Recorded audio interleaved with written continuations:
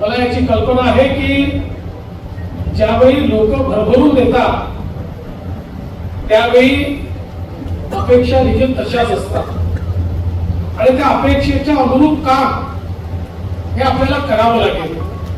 पण मला विश्वास आहे की देशामध्ये मोदीजींचं सरकार हे आपल्या पाठीशी आहे आणि महाराष्ट्रामध्ये महायुतीच्या सरकारला मिळालेला भक्कम पाठिंबा त्याने आपला आत्मविश्वास वाढलेला आहे. त्यामुळे मी आपल्याला आज एक गोष्ट निश्चितपणे सांगतो की हे सरकार ज्यावेळेस 5 वर्ष पूर्ण करेल त्यावेळी महाराष्ट्राचं पूर्ण ट्रान्सफॉर्मेशन झालेलं हे आपल्याला पाहायला मिळेल. महाराष्ट्र हा देशातलं उत्तम राज्य आहेच, पण महाराष्ट्रातल्या दीन दलित गोरगरीब आदिवासी शेतकरी शेतमजूर महिला अल्पसंख्याक सगळ्यांच्या जीवनामध्ये आपल्याला परिवर्तन घडवायचं आहे आणि म्हणून त्याच दृष्टीनं आज आपण मोठ्या प्रमाणात काम चालू केलंय. आपल्याला माहिती आहे की सुरुवातीला 100 दिवसाचा कार्यक्रम केला, आता 150 दिवसाचा कार्यक्रम सरकारचा चाललेला आहे.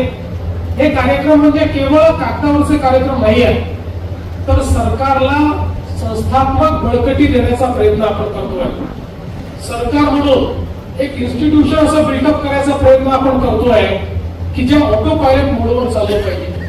आज आपण पाहतो की एखादा अधिकारी चांगलं काम करतो, एखादा अधिकारी वाईट काम करतो, एखाद्या जिल्ह्यात चांगलं काम होतं, एखाद्या जिल्ह्यात खराब काम होतं. असं न होता एक इन्स्टिट्यूशन म्हणून आपल्याला ही मशिनरी बिल्ड करायची आहे की ज्यातनं सरकारच्या योजना युनिफॉर्मली सगळ्या भागांमध्ये योग्य प्रकारे पोहोचल्या पाहिजेत, त्या पारदर्शी पद्धतीनं सामान्य माणसापर्यंत पोहोचल्या पाहिजेत.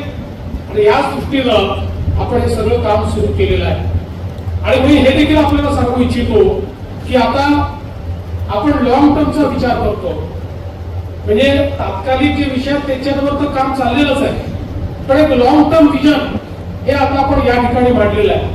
आपल्याला माहिती आहे की आज शेती क्षेत्रामध्ये मागच्या काळामध्ये विशेषतः विदर्भामध्ये आपण मोदीजींच्या सरकारकडनं बळीराजा योजना या ठिकाणी आणली आणि या बळीराजा योजनेमुळे जवळपास 20 वर्ष विदर्भातले जे 89 प्रकल्प अर्धवट होते किंवा नुसती घोषणा झाली होती, सुरू झाले नव्हते, असे 89 सिंचनाचे प्रकल्प आपण जवळपास पूर्ण केले किंवा पूर्णत्वास आणले.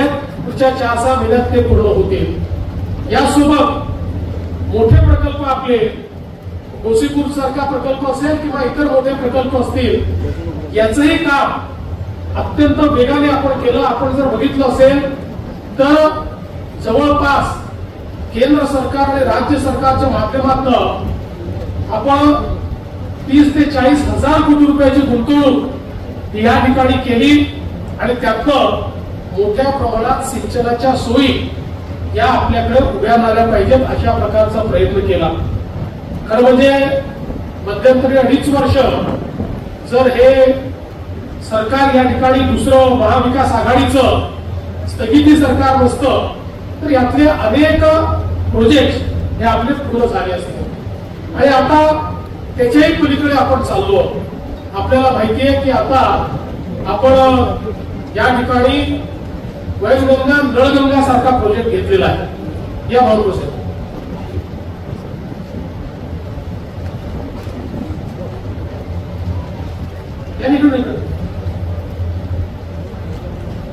आपण वैनगंगा नळगंगा सारखा प्रोजेक्ट घेतलेला आहे. जवळपास 80 ते 90 हजार कोटी रुपयाचा हा प्रकल्प आहे आणि हा प्रकल्प संपूर्ण विदर्भाचं चित्र बदलणारा प्रकल्प आहे. विदर्भातल्या दुष्काळी भागामध्ये 10 लाख हेक्टर जमीन 10 लाख एकर जमीन ही इरिगेशन खाली ओलिताखाली आणण्याचं काम हा नळगंगा वैनगंगा प्रकल्प या ठिकाणी करणार आहे. आणि मी आपल्याला सांगतो, मी पूर्वी या प्रकल्पाबद्दल बोलायचो तर लोक म्हणायचे की हे कागदावर होऊ शकत नाही, पण आज आपण या स्टेजला आलो की त्याचं संपूर्ण आराखडा अंतिम टप्प्यामध्ये आपण आणलेला आहे. डीपीआर आपण तयार करतो आहोत आणि या डीपीआर या वर्षीच आपण तयार करू. संभवतः या वर्षीच्या शेवटी आपण याचं टेंडर काढू आणि पुढच्या वर्षी याचं काम आपण सुरू करू. आणि त्यानंतर विदर्भातले 7 जिल्हे, त्याच्यामध्ये आपल्या अमरावती विभागातले 5ही जिल्हे आहेत आणि इकडचे आपले नागपूर विभागातला वर्धा जिल्हा असेल, नागपूर जिल्हा असेल, या जिल्ह्यांमध्ये एक मोठं त्या ठिकाणी नेटवर्क उभं होणार आहे आणि आपल्या संपूर्ण विदर्भातला दुष्काळ हा 100% भूतकाळ होणार आहे. अशा प्रकारची अवस्था आपण विदर्भामध्ये तयार करणार आहोत. आणि मला विश्वास आहे की एकीकडे इरिगेशनच्या सोयी आपण करतो आणि दुसरीकडे नानाजी देशमुख कृषी समृद्धी योजना, जी योजना पहिल्या टप्प्यामध्ये आपण पश्चिम विदर्भाला लागू केली होती, आता दुसऱ्या टप्पा त्याचा आलेला आहे. दुसऱ्या टप्प्यात पुन्हा 5,000 कोटी रुपयाची आपण गुंतवणूक या योजनेमध्ये करतो आणि आता या योजनेमध्ये संपूर्ण विदर्भ आपण समाविष्ट केलेला आहे. विदर्भातल्या 11ही जिल्ह्यांमध्ये नानाजी देशमुख कृषी समृद्धी योजना आपण चालवणार आहोत आणि त्यातली जी निवडलेली गावं आहेत या गावांमध्ये एंड टू एंड अशा प्रकारचं सर्व प्रकारचे जे काही आपले इंटरव्हेन्शन्स आहेत, मग त्याकरता आपल्याला ड्रिप इरिगेशनची योजना असेल, शेततळ्याची योजना असेल, विहिरीची असेल, त्याच्यावर यांत्रिकीकरणाची योजना असेल किंवा मार्केट लिंकेजची योजना असेल, सगळ्या गोष्टी एका गावात केल्यानंतर त्या गावामध्ये लाभार्थ्यांचा इष्टांक नाहीये.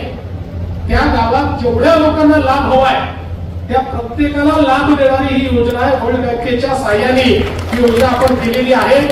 कारण शेती क्षेत्रातली गुंतवणूक वाढवण्याशिवाय शेती फायद्याची होणार नाही हे अनेक वर्ष आपण ऐकतोय, पण ती गुंतवणूक वाढवण्याचं काम होत नाहीये. ते वाढवण्याचा निर्णय आपण घेतलाय. एकीकडे ही योजना आपण केली आहे आणि दुसरीकडे मगाशी रणधीर भाऊ सांगत होते त्या पद्धतीनं जवळपास दरवर्षी 5,000 कोटी रुपये अतिरिक्त गुंतवणूक ही शेती क्षेत्रामध्ये करायचा निर्णय आपण घेतलाय. 25,000 कोटी रुपये हे गुंतवणुकीच्या माध्यमातून. आतापर्यंत आपल्याला माहिती आहे की शेतीच्या क्षेत्रात दुष्काळ आला तर मदत कर, अतिवृष्टी झाली तर मदत कर, दुबार पेरणी आली तर मदत कर. या मदतीने म्हणजे ही आवश्यकच आहे, पण या मदतीने शेतकऱ्याची तात्कालिक काहीतरी व्यवस्था होते, पण शेतकऱ्याचं भाग्य बदलू शकत नाही.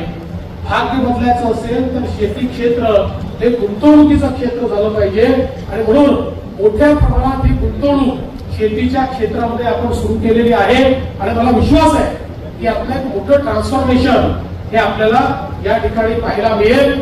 आणि एवढंच नाही तर ग्रामीण विकासाच्या क्षेत्रातही मोठ्या प्रमाणात आपण काम चालू केलं आहे. आता अलीकडच्या काळामध्ये सर्वात जास्त मागणी जर कुठल्या गोष्टीची असेल तर ती शेत रस्त्याची मागणी आहे. बांधण रस्ते हे सगळीकडे मागितले जातात म्हणून आपण हा निर्णय केला की या 5 वर्षामध्ये एकही बांधण रस्ता सोडायचा नाही. 100% बांधण रस्ते आपल्याला बनवायचे आहेत. आपण बावनकुळे साहेबांच्या नेतृत्वात एक समिती तयार केलेली आहे. ज्या समितीचा लवकरच अहवाल येईल आणि या समितीच्या अहवालाच्या आधारावर आपले 100% बांधण रस्ते आता आपण त्याचं अतिक्रमण मोकळं करणं सुरू केलेलं आहे, त्याचं आयडेंटिफिकेशन केलेलं आहे, त्याचं मार्किंग केलेलं आहे आणि 100% हे बांधण रस्ते चांगल्या क्वालिटीचे बांधण रस्ते हे तयार करण्याचा निर्णय आपण घेतलेला आहे. एवढंच नाही तर आपण हाही निर्णय घेतलेला आहे की 1000 लोकसंख्येचं जे गावं असतील त्या प्रत्येक गावापर्यंत जो प्रमुख रस्ता आहे, जिल्ह्याचा जो प्रमुख रस्ता आहे किंवा जिल्ह्याचं जे मुख्यालय इकडे जाणारा रस्ता आहे, 1000 लोकसंख्येपर्यंतच्या प्रत्येक गावापर्यंत सिमेंट कॉन्क्रीटचा पक्का रस्ता आपण त्या ठिकाणी घेऊन जाणार आहोत. आणि याकरता 18,000 कोटी रुपयाची योजना ही आपण सादर केली आहे. ती आपण वर्ल्ड बँक आणि एशियन डेव्हलपमेंट बँक या दोघांकडून आपण मंजूर करतोय. परवा मी त्या संदर्भात दिल्लीमध्ये एक बैठक देखील केली आणि आपल्या केंद्रीय मंत्री निर्मला सीतारामनजी यांनी त्याला अतिशय सकारात्मक अशा प्रकारे या बँकांकडून प्रस्ताव मंजूर आलाय आता भारत सरकार त्याला मान्यता देईल आणि मग त्यानंतर हे काम आपण सुरू करणार आहोत। यासोबत मी माननीय आपल्या देशाचे प्रधानमंत्रीजी आणि आपल्या देशाचे ग्रामविकास मंत्री शिवराज सिंग चौहानजी यांचे आभार मानेल।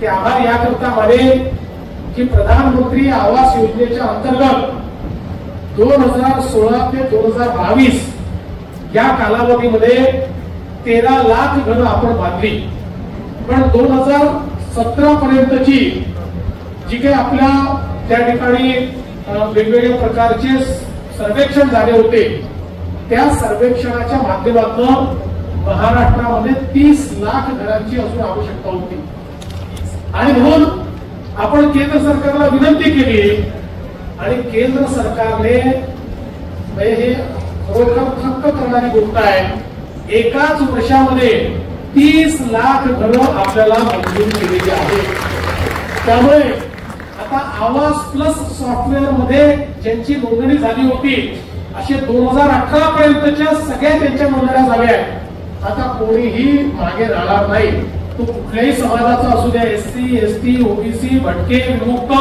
ओपन सगळे 100% कव्हरेज हे आता केंद्र सरकारने आपल्याला दिलेलं आहे। आणि हे कव्हरेज देत असताना आपण केवळ घर देणार नाही आहोत, आपण 50,000 रुपये आपल्याकडनं दिलेले आहेत राज्य सरकारकडनं आणि या 30 लाख घरांवर आपण सोलर लावणार आहोत। म्हणजे पहिल्या दिवशीपासून त्यांना विजेचं बिल हे 0 येणार आहे, त्यांना विजेचं बिलच भरावं लागणार नाही, अशा प्रकारची व्यवस्था आपण करतो। याच्या व्यतिरिक्त पुन्हा आपण केंद्र सरकारला विनंती केली की 18च्याही यादीत आमचे लोक सुटलेले आहेत, पुन्हा सर्वेक्षण आपल्याला तुम्ही त्या ठिकाणी करण्याची परवानगी द्या। केंद्राने पुन्हा परवानगी दिली आणि आता नवीन सर्वेक्षण आपण केलेलं आहे, ज्याचं व्हेरिफिकेशन चाललेलं आहे। आणि या सर्वेक्षणात तर यावेळेस केंद्र सरकारने आपल्याला ही मुभा दिली की एखाद्याला कधी वेळा गावातल्या राजकारणामुळे एखाद्याचं नाव सर्वेक्षणाच्या यादीत येत नाही, त्यामुळे थेट लोक आपलं नाव टाकू शकतात। त्यामुळे लाखो लोकांनी डायरेक्ट केंद्र सरकारकडे ऍप्लिकेशन केलेली आहे, त्यांचंही नाव यादीत आलेलं आहे आणि आता या यादीचं रॅशनलायझेशन हे सुरू आहे। म्हणजे बेघर मुक्त महाराष्ट्र अशा प्रकारची जी संकल्पना आपण मांडली होती ती पूर्ण करण्याकडे आपण अत्यंत वेगाने निघालेलो आहोत। एकूणच जर आपण बघितलं तर मोठ्या प्रमाणात ही सगळी कामं आपली चाललेली आहेत। यासोबत मला हे देखील सांगताना आनंद वाटतो की एकीकडे आपल्या शेतकऱ्यांना दिवसा 12 तास वीज देण्याकरता आपण मुख्यमंत्री सौर कृषी वाहिनी योजना सुरू केली, अतिशय वेगानं काम चाललेलं आहे। 2026च्या डिसेंबर पर्यंत 90 ते 100% काम पूर्ण करायचं आहे आणि मी तुम्हाला विश्वास देतो की डिसेंबर 2026 नंतर आमच्या शेतकऱ्यांना रात्रीच्या विजेकरता शेतात जावं लागणार नाही। 365 दिवस शेतकऱ्यांना दिवसा वीज मिळेल आणि त्यासोबत आपण मोठ्या प्रमाणात आता सौर पंप देखील लावतो आहोत। मला सांगितलं पाहिजे की पूर्वी आपण वर्षाला 40 ते 50 हजार फक्त पंप लावायचो इलेक्ट्रिकचे, त्यानंतर बावनकुळे साहेब ज्यावेळेस ऊर्जा मंत्री झाले तेव्हापासून आपण ती संख्या वाढवली आणि वर्षाला 1 लाख पंप लावणं चालू केलं। पण आता गेल्या एका वर्षामध्ये आपण 3 लाख सौर पंप लावलेले आहेत आणि यावर्षी काहीपेक्षा जास्त सौर पंप हे आपण लावणार आहोत। आणि म्हणून एकूणच एक मोठं परिवर्तन आपल्या सरकारच्या माध्यमातून या ठिकाणी चाललंय। मला एक गोष्ट अजून तुमच्या लक्षात आणून दिली पाहिजे की देशाच्या इतिहासामध्ये आता आपलं सरकार पहिलं सरकार ठरणार आहे की ज्या सरकारने 2025 पासून 2030 पर्यंत विजेचे दर घोषित केले। आणि पूर्वी आपण जर गेल्या 15 वर्षात बघितलं, 20 वर्षात बघितलं तर दरवर्षी आपले विजेचे दर हे 9% वाढतात दरवर्षी। तुम्हाला ते लक्षात येत नाही कारण एनईआरसी ते वाढवते, सरकार वाढवत नाही। दरवर्षी एनईआरसी 9% वाढवते, ऑटोमॅटिक ते विजेच्या बिलात लावून आपल्याकडे येतात आणि आपल्याला ते भरावे लागतात। पण आता मात्र आपण नवीन जे दर MERC कडनं अप्रूव्ह करून घेतले, याच्यामध्ये दरवर्षी विजेचे दर आता आपण कमी करणार आहोत, ते वाढवणार नाही आहोत. म्हणजे आपल्या 70% ग्राहकांकरता जे 100 युनिट पर्यंत वीज वापरतात त्या 70% ग्राहकांना तर 2024 मध्ये त्यांचं जे बिल होतं ते वाढण्याच्या ऐवजी ते 2030 पर्यंत 26% कमी होणार आहे. दरवर्षी ते कमी होत जाणार आहे. त्यामुळे आता विजेची दरवाढ याच्यावर विरोधकांना आंदोलनच करता येणार नाही. 5 वर्षाचे रेट घोषित करून टाकलेले आहेत आणि ते दरवर्षी आपण कमी केलेले आहेत. एक प्रकारे मोठं ट्रान्सफॉर्मेशन आपल्या सरकारच्या माध्यमातून या ठिकाणी चाललेलं आहे. आज आपण पाहू शकतो की मोठ्या प्रमाणात समृद्धी महामार्गामुळे एक परिवर्तन झालेलं आपल्याला पाहायला मिळत आहे आणि विदर्भामध्ये आज इंडस्ट्री मोठ्या प्रमाणात येते. आपण पाहतोय नागपूर असेल, चंद्रपूर असेल, या भागामध्ये चांगली इंडस्ट्री आली. पण आता तर गडचिरोली हे आपलं नवीन इंडस्ट्रियल मॅग्नेट तयार झालेलं आहे आणि एकट्या गडचिरोली जिल्ह्यामध्ये आपल्याकडे जे इन्व्हेस्टमेंटचे प्रपोजल आले आहेत किंवा ज्यांच्याशी चर्चा चाललेली आहे त्या सगळ्याची एकंदरीत गुंतवणूक जर आपण बघितली तर 2 लाख कोटी रुपयाची गुंतवणूक एकट्या गडचिरोलीमध्ये होणार आहे. परवा मी लॉईड्सचं उद्घाटन केलं. ऑलरेडी 14,000 लोक कामाला लागलेले आहेत आणि आपण जर बघितलं 14,000 लोक कोण आहेत, SC ST OBC कोण आहेत, आपले स्थानिक आहेत सगळे. त्यांना ट्रेनिंग त्या ठिकाणी मिळालंय आणि परवा मी भूमिपूजन केलं. जे 30 महिन्यात जो प्लॅन तयार होईल त्या ठिकाणी 20,000 लोक अजून कामाला लागणार आहे. आता हीच इकोसिस्टीम आपल्याला वर्धेला देखील त्या ठिकाणी पाहायला मिळेल. अशाच प्रकारची इकोसिस्टीम आपल्याला विदर्भाच्या अन्य भागात देखील पाहायला मिळेल. आज आपण पाहतोय अमरावतीला आपण एक प्रकारे टेक्सटाईल हब तयार केला, मोठ्या प्रमाणात गुंतवणूक आली. आता PM मित्राचा टेक्सटाईल हब त्या ठिकाणी आल्यानंतर जवळपास 2 लाख लोकांच्या रोजगाराची निर्मिती हा एकदा अमरावती जिल्ह्यामध्ये त्या ठिकाणी होईल आणि लगतच्या यवतमाळ वगैरेच्या सगळ्या भागामध्ये होताना आपल्याला पाहायला मिळेल. त्यामुळे आपण जर विचार केला तर एकूणच महाराष्ट्रातला जो आपला विदर्भाचा भाग आहे या भागामध्ये मोठ्या प्रमाणात आपण आता हळूहळू गुंतवणूक आणतोय. एकेका जिल्ह्यामध्ये आता गुंतवणूक येणं सुरू झालेलं आहे आणि मला विश्वास आहे की पुढच्या काळामध्ये चांगल्या प्रकारची औद्योगिक गुंतवणूक ही विदर्भामध्ये आपल्याला पाहायला मिळेल आणि त्यातनं मोठ्या प्रमाणात रोजगाराची निर्मिती देखील आपण या माध्यमातून करणार आहोत. आणि म्हणून मला हे सगळं सांगत असताना आपल्याला एक गोष्ट अजून लक्षात आणून द्यायची आहे की एकीकडे आपण मोठ्या प्रमाणात विकास करतो, शहरांचा विकास करतो. आज आपण पाहू शकतो की 14 ते 19च्या दरम्यान आपल्या प्रत्येक शहराचा चेहरा आपण बदललाय. आज वर्धेसारखं शहर हे 2014च्या पूर्वी कशा प्रकारे होतं आणि आज कशा प्रकारे आहे. आपण जिथे बसलेलो हे देखील 2014 नंतर तयार झालेलं आहे, आपल्या सरकारने तयार केलेलं आहे. त्यामुळे प्रत्येक शहराचा चेहरा आपण बदललेला आहे. पण एक गोष्ट लक्षात ठेवली पाहिजे की आपले विरोधक हे आपल्याशी विकासामध्ये स्पर्धाच करू शकत नाही. मोदीजींनी विकासाची दिशा आणि विकासाचा जो वेग आपल्याला दिलेला आहे त्याच्याशी त्यांना स्पर्धा करता येत नाही आणि म्हणून ते मिसइन्फॉर्मेशन कॅम्पेन चालवतात. आपण बघा ते रोज एक वेगळ्या नंतर वरून इंजेक्शन मिळालं आणि ते इंजेक्शन मिळाल्याबरोबर काही पोपट हे बोलायला लागले कायद्याच्या विरोधात. पण त्यांची आपण अशी आहे सहनही होत नाही, सांगता येत नाही. कारण मंजुरी त्यांनीच दिली आहे, क्लॉज टू क्लॉज बसलेला. त्यांना मनातनं माहिती आहे त्यांनी चूक काही केली नाही.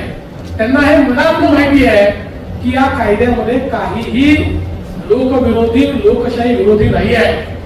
खरं म्हणजे हा कायदा का आपण आणला?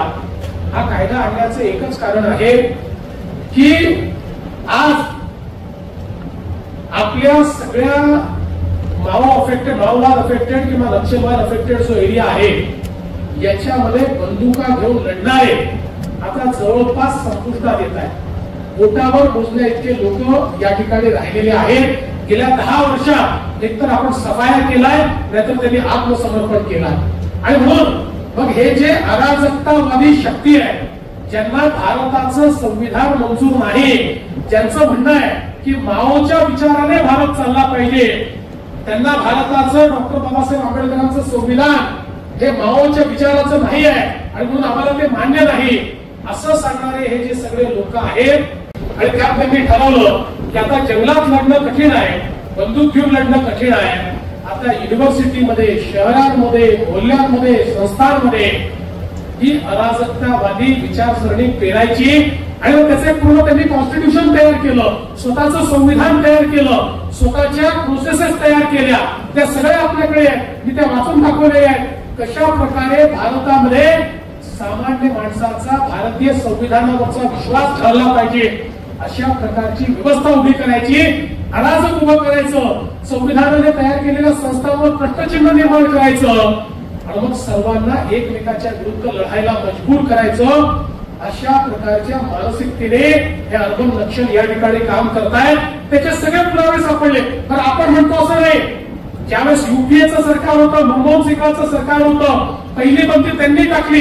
ती बंदी पश्चिम बंगालच्या कम्युनिस्ट सरकारच्या बुद्धदेव भट्टाचार्याच्या मुख्यमंत्र्यांच्या हाताने ती बंदी त्यांनी टाकली आणि त्यांनी सर्वोच्च न्यायालयामध्ये ऍफिडेव्हिट दाखल केलं की डावी कडवी विचारसरणी म्हणजे अर्बन माओवादी हे देशाच्या संपूर्ण व्यवस्थेला त्या ठिकाणी खोखलं करण्याचा प्रयत्न करतायत, देशाच्या संस्थांना खोखलं करण्याचा प्रयत्न करतायत आणि म्हणून यांच्या विरुद्ध कारवाई करणं गरजेचं आहे, यांच्यावर बॅन आणणं गरजेचं आहे. आणि म्हणून 4 सरकारांनी जनसुरक्षा कायद्यासारखा कायदा तयार केला आणि देशामधल्या जवळपास 80 पेक्षा जास्त संस्था बॅन केल्या. पण महाराष्ट्रामध्ये बॅन नसल्यामुळे त्या इतर राज्यांमध्ये, ओरिसामध्ये, आंध्रमध्ये, तेलंगणामध्ये, छत्तीसगडमध्ये बॅन झालेल्या सगळ्या संघटनांनी त्यांचं हेड ऑफिस कुठे उघडलं, ते महाराष्ट्रामध्ये उघडलं आणि महाराष्ट्रात कारवाया सुरू केल्या. वारंवार केंद्रातलं सरकार पूर्वीचं आणि आताचं आपल्याला सांगत होतं की या संस्था इथे काम करतायत, यांना तुम्ही देखील बॅन करा. हे महाराष्ट्रातलं अशा प्रकारचं काम करत आहे.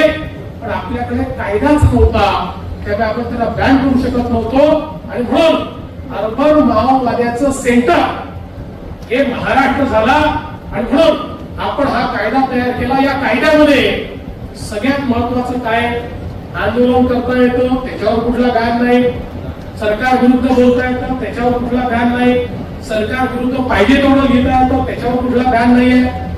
उलट या कायद्यामध्ये व्यक्तीला अरेस्टच करता येते.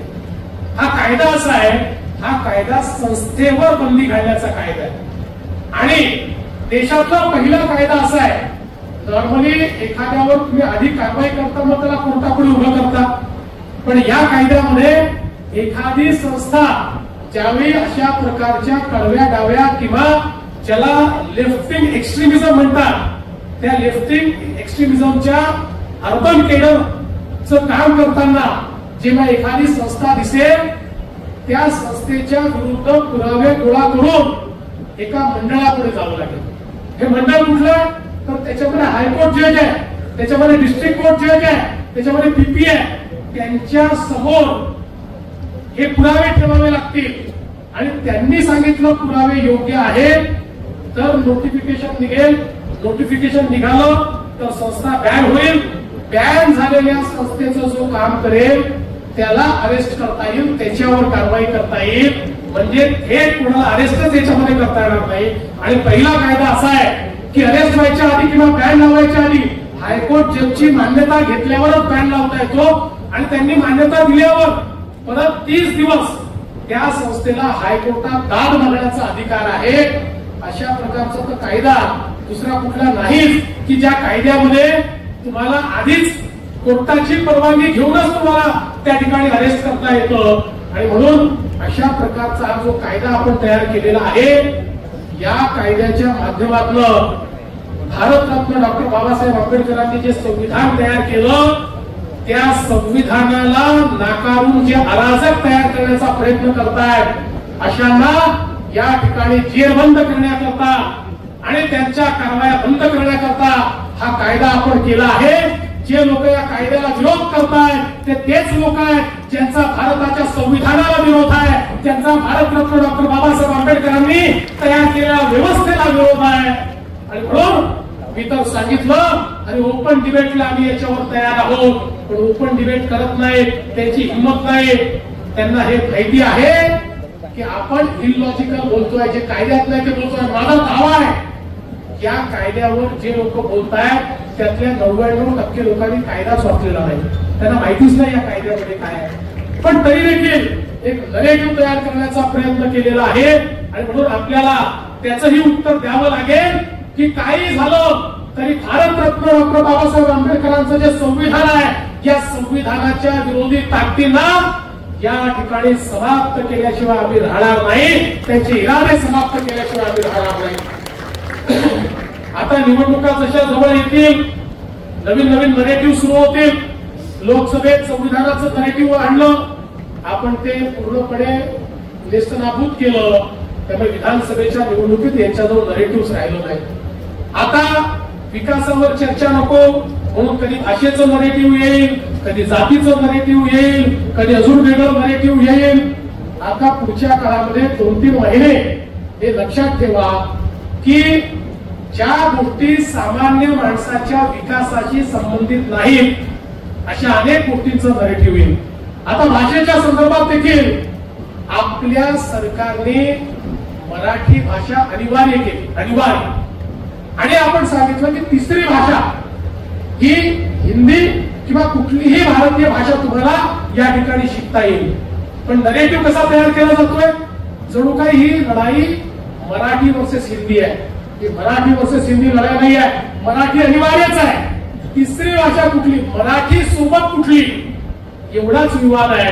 त्यात आपण सांगितलं कुठलीही भारतीय भाषा या ठिकाणी चालेल. आणि म्हणून हा एक प्रकारे जो समाजाला विभाजित करण्याचा प्रयत्न चाललाय भाषेवरनं, मराठी आणि हिंदी, मराठी आणि इतर भाषा, आणि महाराष्ट्रामध्ये मराठी अनिवार्य राहील, मराठीचा आम्हाला स्वाभिमान आहे, मराठी करता त्याला अभिजात भाषेचा दर्जा देणारे आमचे आदरणीय प्रधानमंत्री महोदय आहेत. पहिलं मराठी विद्यापीठ अमरावतीमध्ये तयार करणारं आमचं सरकार या ठिकाणी आहे. इतक्या वर्षात तुम्ही ते करू शकलं नाही. पण तरी देखील जाणीवपूर्वक या ठिकाणी विवाद निर्माण करायचे, पहिल्यांदा स्वतःच कमिटी तयार करायची, कमिटीचा अहवाल घ्यायचा, 1ली ते 12वी मराठी सोबत हिंदी आणि इंग्रजी अनिवार्य असा अहवाल स्वतः कॅबिनेटला स्वीकारायचा आणि मग त्यानंतर पलटी मारायची. हा जो काही या ठिकाणी काम चाललेला आहे मी तुम्हाला सांगतो त्याचा काही परिणाम नाही आहे. ये पब्लिक है, ये सब जानती है, लोक सगळं समजतात. पण तुम्हाला याकरता सांगतो असे अनेक विवाद, जातीपातीचे विवाद, इतके विवाद आता निवडणुकीच्या तोंडावर उभे होतील. पण काळजी करण्याचं कारण नाही. जनतेकरता आपण जे केलेलं आहे आणि जे करतो ते घेऊन समाजामध्ये गेलो. तुम्ही बघा विधानसभेच्या आधी देखील यांनी अशाच प्रकारचे हजारो विवाद उभे केले आणि त्यातनं आपण केलेलं काम लोकांना समजू नये असा प्रयत्न केला. पण आपण आपलं काम घेऊन लोकांमध्ये गेलो आणि जनतेने आपल्याला मतदान केलं. त्यामुळे आताही आपल्याला या निवडणुकीच्या निमित्ताने समाजामध्ये जाऊन आपल्या सरकारने केलेलं काम आणि आपल्या सरकारचं विजन हे समाजापर्यंत मांडायचं आहे आणि समाजातल्या प्रत्येक घटकाचा विकास हे आमचं या ठिकाणी ब्रीद आहे, ही आमची इच्छा आहे आणि हेच आमचं ध्येय आहे हे सांगण्याची आवश्यकता आहे. आणि म्हणून मला असं वाटतं की आपल्याला आता तयारीला लागलं पाहिजे. या 3ही निवडणुका मागे पुढे येतील. जिल्हा परिषद आणि नगरपालिका दोघांपैकी कुठलं तरी आधी कुठलं तरी नंतर होईल आणि शेवटी साधारणपणे महानगरपालिका होईल. कारण 2017लाही अशाच प्रकारे 3 टप्प्यांमध्ये निवडणुका झाल्या होत्या. तशाच निवडणुका कदाचित निवडणूक आयोग त्या ठिकाणी घेईल, त्याची ते घोषणा देखील करतील. पण आता या प्रोसेसला सुरुवात झालेली आहे. आपल्याला माहिती आहे गट आणि गणांचं फॉर्मेशन असेल, तिकडे नगरपालिका महानगरपालिकांच्या वॉर्डाचं फॉर्मेशन असेल, या सगळ्या गोष्टी चाललेल्या आहेत. वोटर लिस्टचं काम त्या ठिकाणी आता लवकरच सुरू होईल. साधारणपणे जी काही विधानसभेची वोटर लिस्ट असते ती वोटर लिस्टच राज्य निवडणूक आयोग अडॉप्ट करतं आणि मग त्याच्यामध्ये जी नावं सुटली असतील ती नावं टाकण्याकरता आपल्याला संधी देतं. तो अतिशय छोटा कालावधी आपल्याला मिळतो.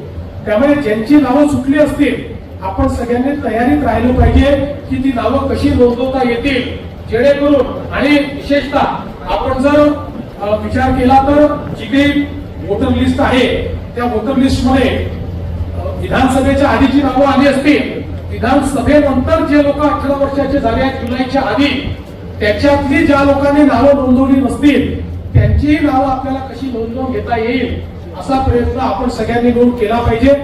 आणि या संपूर्ण प्रक्रियेचा भाग निवडणूक आली की याद्या पाहिजे असं नाही, तर पहिलेपासनं या संदर्भात निवडणुकीत सगळे तक्रारी करतात, याद्यात हे प्रॉब्लेम आहे ते प्रॉब्लेम आहे, असं चाललंय तसं चाललंय. तर आपण आधीपासून याच्याकडे लक्ष दिलं पाहिजे आणि योग्य प्रकारची तयारी जी आहे ती केली पाहिजे. यासोबत आपल्या मग जिल्हा परिषद असो, पंचायत समिती असो, नगरपालिका, नगरपंचायत, महानगरपालिका सगळीकडे योग्य प्रकारची निवडणुकीची तयारी, आपली बूथच्या यंत्रणा, आपली स्ट्रॅटेजी या सगळ्या गोष्टी आपल्याला त्या ठिकाणी करायच्या आहेत.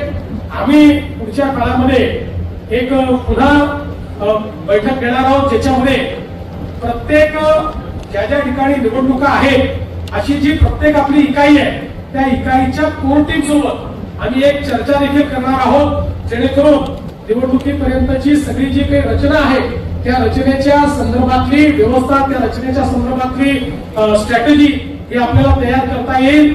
पण हे सगळं करत असताना माझी तुम्हाला सगळ्यांना विनंती आहे की अतिशय लोकांची अनुकूलता आहे, लोक आपल्याला निवडून द्यायला तयार आहेत. पण भारतीय जनता पार्टी म्हणून अनेक जिल्ह्यांमध्ये छोटे छोटे वाद आहेत, काही ठिकाणी नेत्यांमध्ये वाद आहेत, काही ठिकाणी कार्यकर्त्यांमध्ये वाद आहेत. फार मोठे वाद नाही. भारतीय जनता पार्टी परिवार आहे, परिवारामध्ये दोन भावांमध्ये कमी अधिक होत असतं. पण निवडणुकीच्या तोंडावर सगळ्यांनी एकत्रित राहिलं पाहिजे, एकत्रित बसलं पाहिजे, वाद संपवले पाहिजे. बघा अनेक पार्ट्यांचं पतन हे याकरता झालं की एकाने दुसऱ्याला ओढलं, दुसऱ्याने पहिल्याला ओढलं आणि दोघांनी मिळून पार्टीला खड्ड्यात घातलं. अशा प्रकारे आपल्या पार्टीत होता कामा नये. कोणी जर पार्टीला खड्ड्यात घालण्याचं काम करणार असेल तर त्याला खड्ड्यात घालण्याचं काम पार्टी करेल एवढं लक्षात ठेवा. खड्ड्यात घालणं म्हणजे खरं खड्ड्यात घालणं नाही. त्याचं कोणीतरी चालवेल की मुख्यमंत्र्यांनी धमकी दिली, आता कोणाला तरी खड्ड्यात पुरणार आणि परत 9 वाजताचा भोंगा सुरू होईल की मुख्यमंत्री बघा धमक्या द्यायला लागले. त्याच्यामुळे त्या अर्थाने नाही. पण आज एक गोष्ट लक्षात ठेवा, अनुकूलता आहे, लोक सोबत यायला तयार आहेत, कार्यकर्ते चांगल्या प्रकारे त्या ठिकाणी सगळीकडे आपल्याकडे उपलब्ध आहेत. बघा भारतीय जनता पार्टी काय करू शकते याचं दोनच उदाहरण तुम्हाला देतो की 22 जुलैला आपल्या अध्यक्षांनी ही घोषणा केली की रक्तदान करायचं आणि 4 दिवसाचा वेळ आपल्याला मिळाला आणि जवळपास 1088 मंडळांमध्ये आपण रक्तदान केलं. 78,000 बॉटल रक्तदान. तुम्हाला माहिती नसेल आजपर्यंतचा एका दिवसातला रक्तदानाचा जो काही रेकॉर्ड आहे हा शिवसेनेच्या नावाने होता आणि तो 25,000 बॉटलचा. आपण एका दिवसामध्ये 78,000 बॉटलचं रक्तदान करून दाखवलं. मनावर घेतलं की आपण काय करू शकतो. आता आपल्या रवींद्र चव्हाण साहेबांनी आपल्याला सगळ्यांना विनंती केली की मन की बातचा कार्यक्रम हा बूथवर झाला पाहिजे, सगळ्यांनी त्या कार्यक्रमात सहभागिता दिली पाहिजे. गेल्या महिन्यापर्यंत 21,000 ठिकाणी आपला कार्यक्रम व्हायचा. याही महिन्यात मागच्या जो काही आपला मन की बात कार्यक्रम होता तो 21,000 ठिकाणी आपला कार्यक्रम झाला. पण आपण सगळ्यांनी मिळून ठरवलं की हा कार्यक्रम जास्तीत जास्त ठिकाणी करायचा. कालचा मन की बात कार्यक्रम 59,000 केंद्रावर झाला. 59,000 21,000 म्हणजे भारतीय जनता पक्षाची क्षमता बघा. हा एक म्हणजे असं हे स्ट्रक्चर तयार झालेलं आहे, असीम क्षमतेचं आहे. पण ही क्षमता जागृत करावी लागते. जसं बजरंगबलीची शक्ती ही बजरंगबलीला माहितीच नव्हती, जेव्हा शक्ती जागृत केली तर एका उडीमध्ये लंकेत बजरंगबली पोहोचले. तशी आपली पार्टी बजरंगबली सारखी आहे. ती एखादा कार्यक्रम झाला की पुन्हा शांत होऊन जाते. फक्त त्यांना आठवण करून द्यावी लागते की तुम्हाला बजरंगबलीची ताकद आहे, तुम्हाला या ठिकाणी हनुमान उडी मारता येते आठवण केली की हनुमान उडी तुम्ही मारताच. आणि म्हणून आता एक नवीन आपल्या समोरचं आव्हान हे या संपूर्ण आपल्या स्थानिक स्वराज्य संस्थांचं आहे. आपल्याला माहिती आहे आपले जवळपास 11 जिल्हे आहेत. या ठिकाणी 4 महानगरपालिका आहेत, 82 नगर परिषदा आहेत, 38 नगरपंचायती आहेत, 11 जिल्हा परिषद आहेत, 119 पंचायत समित्या आहेत आणि मोठ्या प्रमाणात हे निवडणूक या ठिकाणी होणार आहे. आपण जर मागची निवडणूक बघितली तर मागच्या निवडणुकीमध्ये आपण जवळपास विदर्भामध्ये सगळ्यात मोठा पक्ष होतो, म्हणजे 4788 जागांपैकी जवळपास 2000 जागा म्हणजे 1900 काही जागा या आपल्याला त्या ठिकाणी प्राप्त झाल्या होत्या. मग त्याच्यानंतर बाकी पक्ष जे होते ते कोणी ह्या तेव्हाची सेना 472 वर होती, काँग्रेस 1000 वर होती, एनसीपी 500 वर होती, आपण 2000 वर होतो. पण आता आपल्याला आपला रेकॉर्ड तोडायचा आहे. यावेळी आपल्याला 2017 पेक्षाही जास्त जागा या ठिकाणी निवडून आणायच्या. आता एक गोष्ट आपण सगळ्यांनी लक्षात ठेवायची आहे की आपण ही निवडणूक महायुतीमध्ये लढतो, पण अर्थातच स्थानिक स्तरावर काही निर्णय घेण्याचे अधिकार आम्ही देऊ. ज्या ठिकाणी काही अडचणी आहेत त्यांनी आमच्याशी चर्चा करायची आहे आणि निर्णय घ्यायचे आहे. पण शक्यतो निवडणुका महायुतीत करायच्या आणि ज्या ठिकाणी महायुतीमध्ये निवडणूक काही कारणाने होणार नाही त्या ठिकाणी आपल्या मित्र पक्षावर कुठलीही टीका करायची नाही. कारण आपण जर राज्यामध्ये सोबत काम करतो आहोत तर आपणच आपल्या मित्र पक्षावर टीका करायची. आपण 17 साली बघितलं, उद्धवजी आपल्यासोबत सत्तामध्ये होते आणि रोज आपल्याला शिव्या द्यायचे. ती परिस्थिती आपली नाही, आपल्याला ते करायचं नाही आहे. त्याच्यामुळे शक्यतो महायुती आणि ज्या ठिकाणी महायुती होऊ शकणार नाही त्या ठिकाणी आपल्याला मैत्रीपूर्ण समन्वयाने अशा पद्धतीनं आपल्याला निवडून यायचंय. पण विदर्भातला सगळ्यात मोठा पक्ष कालही भाजप होता, आजही भाजप आहे आणि या आपल्या स्थानिक स्वराज्य संस्थेमध्ये भाजपचं निर्विवाद वर्चस्व हे या निवडणुकीमध्ये आपल्याला दाखवायचं आहे. त्या दृष्टीने आपण सगळ्यांनी कामाला लागायचं आहे. माझं भाषण झाल्यावर मी जरी इथनं गेलो तरी तुम्ही कोणी जाऊ नका. मी मुख्यमंत्री आहे, तुम्ही सगळे होऊ शकता मुख्यमंत्री, होऊ शकता असं नाही आहे, पण अजून तुम्ही झालेले नाही आहात. त्याच्यामुळे मुख्यमंत्र्याला जाण्याची मुभा आहे, बाकी कोणाला जाण्याची मुभा नाही आहे. दिवसभर ही कार्यशाळा आणि बैठक चालणार आहे. आपली पुढची स्ट्रॅटजी, वेगवेगळ्या लोकांचे मार्गदर्शन, जिल्ह्यामध्ये काय चाललंय या गोष्टीचं निवेदन, या सगळ्या गोष्टी होणार आहेत.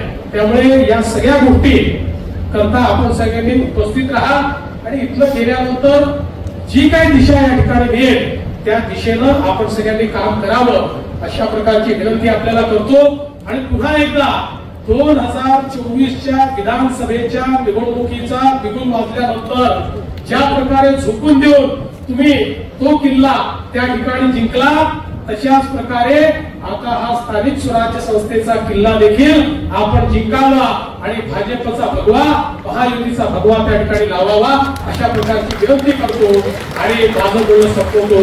धन्यवाद. जय हिंद, जय महाराष्ट्र.